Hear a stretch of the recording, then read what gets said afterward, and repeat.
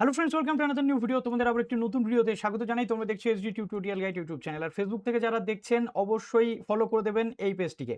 তো প্রথম কথা আপনাদের বলি, যুব শক্তি নিয়ে এই মুহূর্তে খুব টালবাহানা একটা পরিস্থিতি, যে আদৌ দেবে কি দেবে না। অন্নপূর্ণা নিয়ে এমনি প্রচুর প্রচুর যে হেডেক মানুষের চলছে, আজকে এই কালকে সেই। তো এটা নিয়ে এই যুব শক্তির যে জায়গাটা, সেটাও কিন্তু একটা সন্দেহের জায়গাতে তৈরি হচ্ছে। কিন্তু মুখ্যমন্ত্রী এবং এই দপ্তরের যিনি মিনিস্টার রয়েছেন, তার পক্ষ থেকে যুব শক্তি নিয়ে চলে এসেছে একটা আপডেট, সেটা আপনাদের সঙ্গে শেয়ার করবো। তার সাথে এটা শেয়ার করবো যে যুব শক্তি নিয়ে বিভিন্ন দিকে যে ঘটনাগুলো বা রটনাগুলো রটছে, সেটাকে আপনারা কান দেবেন না।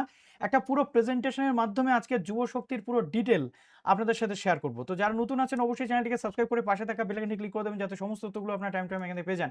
এবং প্লিজ ভিডিওটা প্রচুর লাইক করুন, বন্ধুদের মাঝে শেয়ার করতে একদম ভুলবেন না। তো যুব শক্তিতে এক্স্যাক্ট কি কি হতে চলেছে, আর যুব শক্তির যেমন তথ্য আমাদের কাছে রয়েছে, এই টাকা ৩,০০০ টাকাটা কবে পাওয়া যাবে, কি বলছেন রাজ্যের মিনিস্টাররা, আজকে কি আপডেট রয়েছে আপনাদের সাথে শেয়ার করছি। তো দেখুন, এখানে যেটা রয়েছে, আমরা যেটা দেখতে পাচ্ছি যে যুব শক্তি হচ্ছে রাজ্যের যে নতুন একটা মেগা প্রকল্প কিন্তু আমরা দেখেছিলাম। অর্থাৎ কি, আগের সরকার যেটা দিয়েছিল সেটা হচ্ছে যুব সাথী, ঠিক আছে। যুব সাথীটাই কিন্তু এবার যুব শক্তিতে কনভার্ট হতে চলেছে। তো মিনিস্টার কি বলেছেন সেটা বলবো, কিন্তু তার আগে আপনাদের বলবো এই যে যুব শক্তি মেগা প্রকল্প, এই প্রকল্পের কি কি দিক উঠে আসছে এবং এই প্রকল্পটা কি করে ইমপ্লিমেন্টেশন হবে। তো এই যুব শক্তি ভরসা কার্ড যেটা, সেই ভরসা কার্ডে আপনারা যেটা পাবেন, মাসে ৩,০০০ টাকা করে আর্থিক সাহায্য কিন্তু বা অনুদান কিন্তু পাবে যারা বেকার যুবক যুবতী রয়েছে তারা। তো এই বেকার যুবক যুবতীদের কি কি যোগ্যতা লাগবে, কোন কোন জায়গাতে হলে বেকার বলে প্রুফ হবে, সেটা এই ভিডিওতে একটু আপনারা দেখে নিন।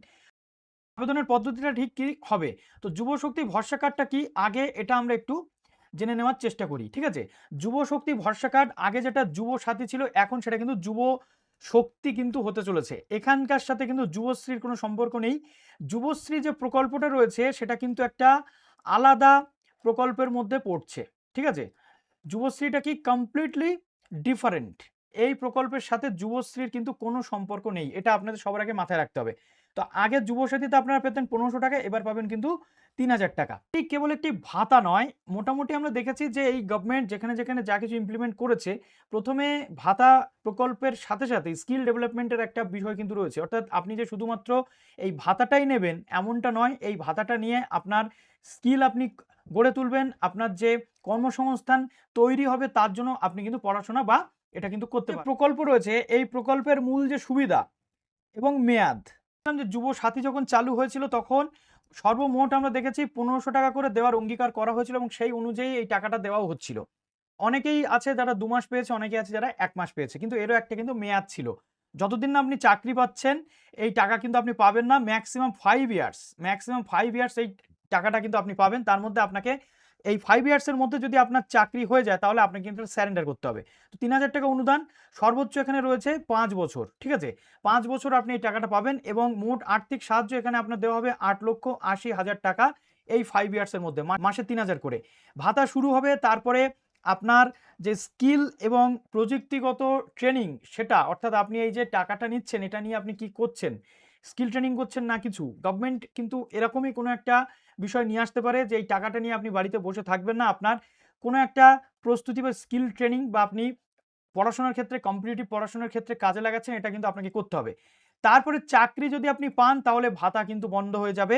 ৫ বছর পূর্ণ হলেও কিন্তু ভাতাটা আপনার বন্ধ হয়ে যাবে।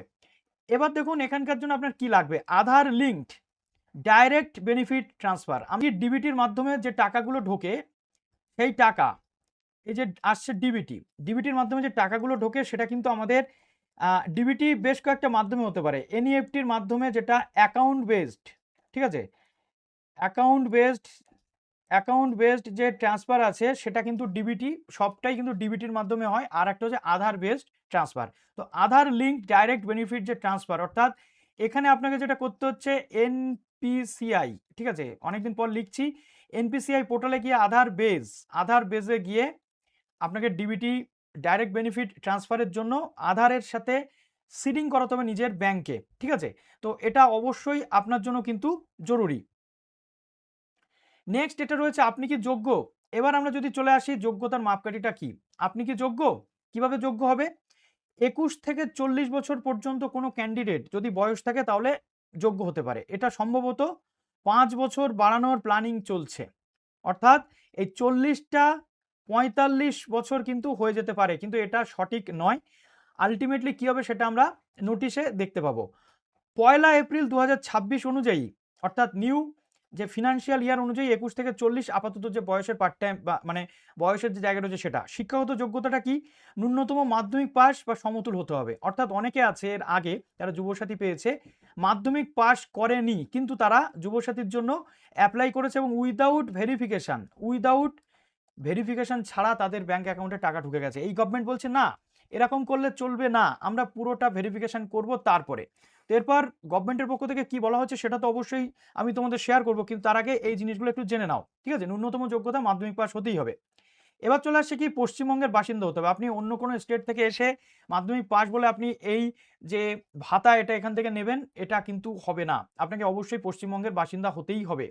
তারপরে কি বলছে, স্ট্যাটাস সম্পূর্ণ বেকার থাকতে হবে, অর্থাৎ আপনি কোনো জায়গাতে জব করলে চলবে না।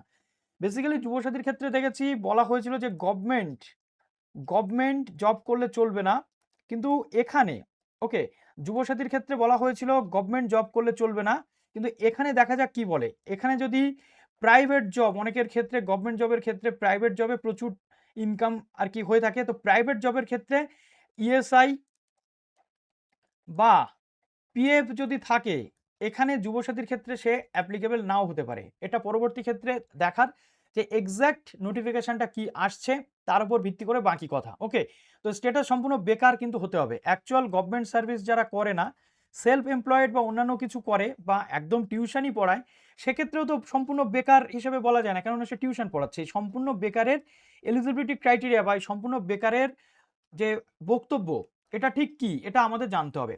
এবার বলছে কোনো পার্ট টাইম বা ফুল টাইম সরকারি বা চাকরি করলে চলবে না। সরকারি চাকরির সাথে বা পার্ট টাইম হোক বা ফুল টাইম হোক, সে কিন্তু বেকারের মধ্যে পড়ে না। সুতরাং এই জায়গাটা গভর্নমেন্ট কি করছে সেটা দেখার।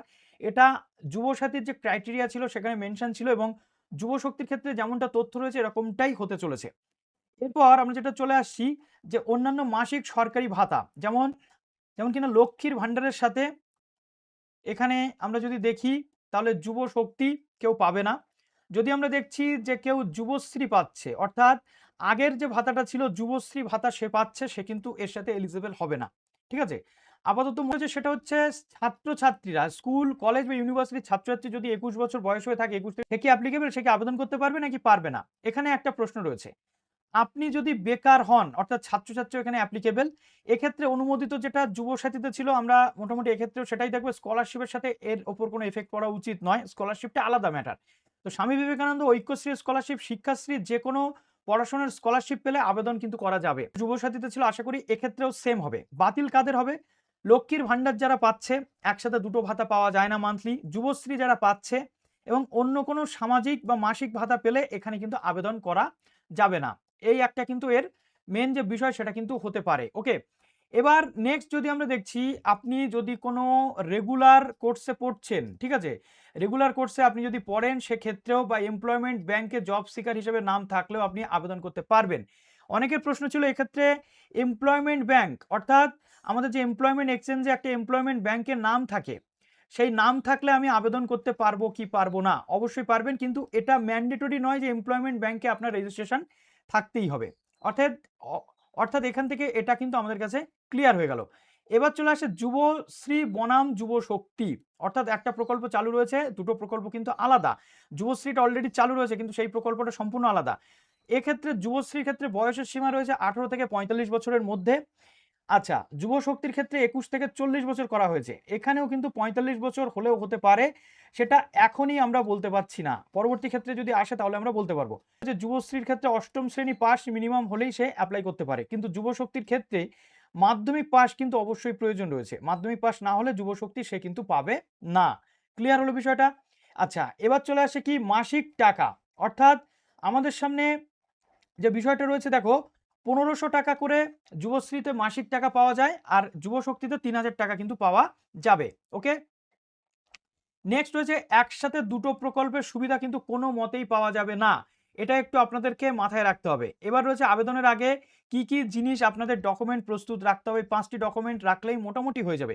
একটা হচ্ছে বয়সের প্রমাণ, যেটা হচ্ছে আপনার মাধ্যমিকের অ্যাডমিট কার্ড, ঠিক আছে, মাধ্যমিকের অ্যাডমিট আপনার থাকলে হবে। 2 নম্বর রয়েছে যোগ্যতার প্রমাণ। এখানে যেহেতু মাধ্যমিক বলেছে, আপনি মাধ্যমিকের যে মার্কশিট রয়েছে সেটা থাকলেই হয়ে যাবে। অতএব মাধ্যমিকের অ্যাডমিট কার্ড, মাধ্যমিকের মার্কশিট এই দুটো লাগছে। পরিচয়ের প্রমাণ এখানে বলছে আধার কার্ড অথবা ভোটার কার্ড থাকলে কিন্তু যথেষ্ট। এরপর রয়েছে কি ব্যাংক অ্যাকাউন্ট, আধার সিড অর্থাৎ আধারের সাথে লিঙ্কড ডিবিটি ডাইরেক্ট যাতে আধার বেসড পেমেন্ট ঢুকতে পারে, তার জন্য আপনার সরাসরি এনপিসিআই পোর্টালে আপনার কিন্তু নাম নথিভুক্ত করে আধারের সাথে লিঙ্ক করতে হবে। অন্যান্য যে ডকুমেন্ট রয়েছে পাসপোর্ট সাইজ ফটো ও কাস্ট সার্টিফিকেট যদি থাকে সেক্ষেত্রে আপনার কিন্তু এখানে প্রয়োজন আছে। ওকে, জয়েন্ট অ্যাকাউন্ট যদি দেন তাহলে ফর্ম বাতিল হবে, অর্থাৎ ক্যান্ডিডেটের নিজের নামে অ্যাকাউন্ট থাকতে হবে, অর্থাৎ অ্যাকাউন্টে কিন্তু সেলফ অ্যাকাউন্ট থাকতে হবে, না হলে এটা হবে না। এবার চলে আসে দেখুন কিভাবে আবেদন করবেন। ওকে, কিভাবে আবেদন করবেন, অফলাইন নাকি অনলাইন? এটা মূলত অনলাইন অফলাইন দুভাবেই হয়। অফলাইন আবেদনের জন্য ক্যাম্প হতে পারে অথবা আপনি বিডিও অফিস বা এসডি অফিসে গিয়ে জমা করতে পারেন, আর অনলাইন আবেদন কিন্তু আপনি করতে পারবেন। এখানে 294টা বিধানসভা যে কেন্দ্র রয়েছে তার বিডিও অফিস, মিউনিসিপ্যালিটি অফিসে মেগা ক্যাম্প হতে পারে যুব শক্তির জন্য। 15 থেকে 26 ফেব্রুয়ারি প্রথম ফেজ কিন্তু সম্পন্ন হয়েছিল যুব সাথীর জন্য। এটা নেক্সট টাইম যুব শক্তির জন্য কি আসে সেটা দেখার। অনলাইন পোর্টাল যেটা রয়েছে যুবসাথী.gov.in, এই সাইটে গিয়ে আপনি কিন্তু অ্যাপ্লাই করতে পারছেন।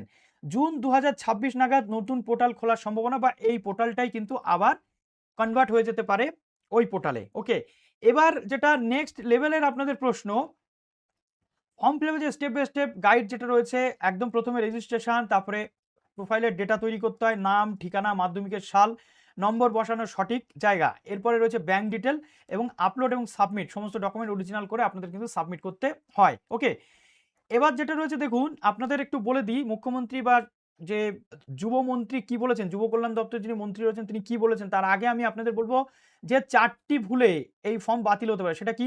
এক হচ্ছে এনপিসিআই ম্যাপিং নেই, অর্থাৎ আপনার অ্যাকাউন্টে আধার সিডিং এনপিসিআই ম্যাপিং নেই। তারপর রয়েছে জয়েন্ট অ্যাকাউন্ট, জয়েন্ট অ্যাকাউন্ট যদি বাবা মায়ের সাথে থাকে বা বাবা মার বা স্বামীর সাথে স্ত্রীর সাথে থাকে সেক্ষেত্রে আপনি এটা পাবেন না। ঠিক আছে, এরপর যেটা রয়েছে তথ্য গোপন করা, লক্ষ্মীর ভান্ডার বা যুবশ্রী পাওয়ার কথা যদি আপনি লুকিয়ে যান সেক্ষেত্রে আপনার কিন্তু এই ভাতা ঢুকবে না। তো মোটামুটি এই জিনিসগুলো রয়েছে। এবার একটা এখানে রয়েছে যেটা এমপ্লয়মেন্ট ব্যাংক, এখানে যেটা অনেক জায়গা থেকে সোর্স বলছে যে এমপ্লয়মেন্ট ব্যাংক ছাড়া এই যুব শক্তিতে অ্যাপ্লাই করা যাবে না। এটা সম্পূর্ণ এখনো পর্যন্ত মিথ, এই নিয়ে কোনো কিছু আসেনি, বাট আমি একটা পোর্শন এখানে রেখেছি। যারা এমপ্লয়মেন্ট ব্যাংক করতে চাইছেন করতে পারেন, বাট এটা না হলেও যুব শক্তির কোনো সমস্যা হবে কিন্তু না, এটা একদম আপনারা ক্লিয়ার থাকুন। এবার যেটা রয়েছে সতর্কতা এবং সাইবার প্রতারণা থেকে আপনাদেরকে একটু সাবধানে থাকতে হবে। হোয়াটসঅ্যাপ বা এসএমএস এ আসা কোনো অজানা যে লিঙ্ক রয়েছে সেখানে কিন্তু আপনাদের ক্লিক করলে চলবে না। যুবশক্তির ফর্ম ফিল আপের নাম করে কাউকে কোনো টাকা দেবেন না, এটা সম্পূর্ণ ফ্রি এবং শুধুমাত্র গভর্নমেন্ট.in অফিসিয়াল যে ওয়েবসাইট রয়েছে সেটাই কিন্তু আপনাদেরকে ব্যবহার করতে হবে। তো এরপর যেটা রয়েছে পরবর্তী যে পদক্ষেপ, যেটা এমপ্লয়মেন্ট ব্যাংকের যে নিজের নাম যদি থাকে তাহলে নথিভুক্ত আর করার দরকার নেই, যদি না থাকে তাহলে অবশ্যই নথিভুক্ত করুন, আর যদি আপনার এমপ্লয়মেন্ট ব্যাংকের নাম নথিভুক্ত করার প্রয়োজন না থাকে নথিভুক্ত করবেন না। এমপ্লয়মেন্ট ব্যাংক কিন্তু ম্যান্ডেটরি হবে না। আমি জাস্ট অনেকের প্রশ্ন ছিল এমপ্লয়মেন্ট ব্যাংক করতে হবে কিনা, এটা রেখে দিয়েছি। ব্যাংকে কি অ্যাকাউন্টের আধার এনপিসিআই লিঙ্ক ঠিক আছে কিনা যাচাই করুন, বা নিজেও বাড়ি থেকে চেক করতে পারবেন। জুন মাসে নতুন যে টাকা দেওয়ার সম্ভাবনা রয়েছে সেটা আপনাদেরকে আমি একটু জানিয়ে দিলাম। এবার আপনাদের একটু বিষয় বলে দিই, দেখুন এটা আপনাদের একটু জানা প্রয়োজন। গতকাল রাজ্যের মুখ্যমন্ত্রী কি বলেছেন? মুখ্যমন্ত্রী বলেছেন যে আয়ুষ্মান ভারত, তার সাথে অন্নপূর্ণা ভান্ডার, ঠিক আছে, অন্নপূর্ণা ভান্ডারের টাকা যেহেতু দেওয়া শুরু হয়ে গেছে, অলরেডি প্রসেসিংয়ে রয়েছে, যুব শক্তির ক্ষেত্রেও কিন্তু এই জুন মাসেই একটা আপডেট আসবে, সেটা 22শে জুন বাজেটেও আসতে পারে, অথবা এই 2 থেকে 4 দিন বা 10 দিনের মধ্যে এর তথ্য আসতে পারে। বলা হচ্ছে যে আগে প্রচুর ভুলভাল অ্যাকাউন্টে টাকা ঢুকেছে, টোটাল 55 লাখ যুব সাথী লোক কিন্তু পেয়েছে। ঠিক আছে, টোটাল 55 লাখ যুব সাথী মানুষ পেয়েছে। তো এই 55 লাখ যুব সাথীর মধ্যে এই মুহূর্তে যেটা চলছে ভেরিফিকেশন প্রসেস অফিস লেভেলে চলছে। এই ভেরিফিকেশন প্রসেস কমপ্লিট হয়ে গেলে যারা অলরেডি যুব সাথীতে নথিভুক্ত আছেন তাদের নতুন করে ফর্ম ফিল আপ করার প্রয়োজন নেই বলছে। ভেরিফিকেশন হয়ে গেলে অটোমেটিক্যালি ব্যাংকে টাকা ঢুকে যাবে, এটা মুখ্যমন্ত্রী বলেছেন। সম্ভাবনা কিন্তু প্রবল রয়েছে। আর যুবমন্ত্রী যিনি বলেছেন 2 মাস কিন্তু যুবসাথীর টাকা মানুষ পেয়েছেন। অতএব এই যে টাকাটা স্ক্যানিং করে এবার দেওয়া হবে, যারা অলরেডি নথিভুক্ত রয়েছে যুবসাথীতে, যুবশক্তিতে অটোমেটিক কনভার্ট হয়ে যাবে, ভেরিফিকেশন হয়ে গেলে তাদের টাকা দেওয়া হবে। কিন্তু অনেকেই রয়েছে যাদের মাধ্যমিকের সমস্যা রয়েছে, যাদের ডকুমেন্টেশনে ভুল রয়েছে, গভর্নমেন্ট সেগুলো তদন্ত করে তাদেরকে মেবি রিভেরিফিকেশন করাতে পারে, বাট যাদের সবকিছু ওকে আছে তাদের কিন্তু কোনো প্রবলেম হবে না, এটা বলে দিয়েছে। অর্থাৎ নতুন করে আর অ্যাপ্লাই করতে হবে না। কিন্তু আমার প্রশ্ন হচ্ছে, অন্নপূর্ণার ক্ষেত্রেও বলা হয়েছিল যে নতুন করে অ্যাপ্লাই করতে হবে না, কিন্তু আবার সবাইকে নতুন করে অ্যাপ্লাই করতে হচ্ছে এবং যথেষ্ট হ্যারাসমেন্ট হচ্ছে এই বিষয়ে। এখন দেখার যে মুখ্যমন্ত্রী যেটা বলেছেন সেটা কতটা পরবর্তী ক্ষেত্রে ইমপ্লিমেন্ট হচ্ছে নাকি হচ্ছে না, নাকি যুবশক্তিতে নতুন করে অ্যাডভান্স আবার অ্যাপ্লাই করতে হচ্ছে। তবে আপাতত যেটা খবর, যে কোনো অ্যাপ্লাই করতে হচ্ছে না এবং অতি দ্রুততার সাথে এই আয়ুষ্মান ভারত অন্নপূর্ণা যোজনার মতো যুবশক্তির বিষয়টাও কিন্তু দেখছে রাজ্য সরকার। তো ভিডিওটা এই পর্যন্ত রইল। ভালো থেকো সবাই, আর প্লিজ ভিডিওটা শেয়ার করে দিও।